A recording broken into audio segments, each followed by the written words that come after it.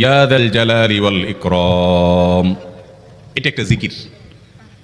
আল্লাহ তাআলাকে ডাকা, আহ্বান করা, এটাই জিকির। ইয়া যাল জালালি ওয়াল ইকরাম। নবী করিম সাল্লাল্লাহু আলাইহি ওয়াসাল্লাম বলেছেন, আলিযু বিয়া যাল জালালি ওয়াল ইকরাম, তোমরা ইয়া যাল জালালি ওয়াল ইকরাম এটাকে আঁকড়ে ধরো, এটাকে নিয়মিত করো, বেশি বেশি করে বলতে থাকো এটাকে সব সময় এটাকে মুদাওয়ামাতের সাথে কন্টিনিউয়াসলি এটা বলতে থাকো, ইয়া যাল জালালি ওয়াল ইকরাম। অনেক উলামায়ে কেরাম, মুহাদ্দিসিনে কেরাম ইয়া যাল জালালি ওয়াল ইকরাম কেন নবীজি এত বেশি বলতে বলেছেন, এটার মাধ্যমে আমাদের লাভটা কি, এর ব্যাখ্যা করতে গিয়ে বলেছেন, ইয়া যাল জালাল মানে হলো হে মহান মহান বড়ত্বের অধিকারী, হে জালালের অধিকারী, হে জালাল, ওয়াল ইকরাম হে দানশীল। তাহলে প্রথম বাক্যে আল্লাহর বড়ত্বের কথা স্বীকৃতি দিয়ে প্রশংসা করা হয়, আর দ্বিতীয় বাক্যে হে দানশীল বলে আল্লাহ তাআলার কাছ থেকে চাওয়া হয় যে আপনি যেহেতু দানশীল এবং আপনি যদি মহান, অতএব আপনি আমাকে দান করেন। এটা ডাকলেই, আল্লাহকে এই বলে ডাকলেই চাওয়া হয়ে যায়। এই জন্য বেশি বেশি করে ইয়া যাল জালালি ওয়াল ইকরাম পড়তে হবে।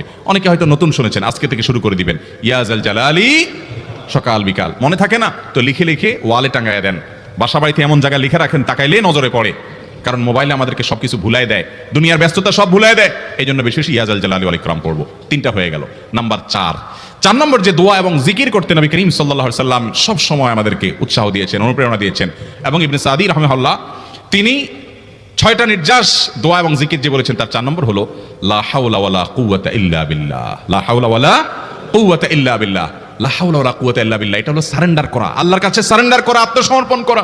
মানে আল্লাহ ছাড়া কোনো ভালো কাজ করার ক্ষমতা কারণ নাই, করার তৌফিক দেওয়ার ক্ষমতা কারণ নাই, আর পাপ থেকে বাঁচানোর ক্ষমতা কারণ নাই। এই জন্য আমি কেমন যেন আল্লাহর কাছে সারেন্ডার করছেন, লা হাওলা ওয়ালা কুওয়াতা ইল্লা বিল্লাহ। কোন অবস্থা, কোন সামর্থ্য এগুলো কারোর কাছে নাই, শুধুমাত্র কার কাছে আছে? আল্লাহর কাছে আছে। এই অর্থ বুঝে আপনি লা হাওলা ওয়ালা কুওয়াতা ইল্লা বিল্লাহ বেশি বেশি পাঠ করবেন।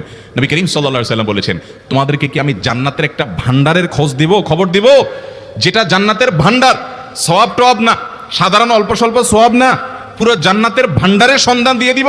সাহাবা ইকরাম তো চাইতেনই সেটা।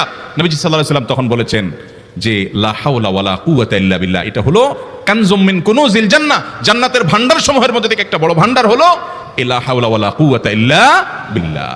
অতএব এই আমলটা বেশি বেশি করবেন। 4 নম্বর আমল হয়ে গেল। দুরুদের আমল 1, ইস্তিগফার আমল 2, ইয়া যাল জালালি ওয়াল ইকরাম 3, লা হাওলা ওয়ালা কুওয়াতা ইল্লা বিল্লাহ। কয়টা হলো? 4। 5 নম্বর আমল হলো দোয়া ইউনুস। দোয়া ইউনুস জানা আছে তো? লা ইলাহা ইল্লা আনতা সুবহানাকা ইন্নী কুনতু মিনাজ জালিমিন। ভাইরা আমার, অর্থের দিকে তাকায়া মাঝে মধ্যে মোবাইল টোবাইল সব ফালায় রেখে একটু আল্লাহর সাথে কথা বলবেন। আল্লাহ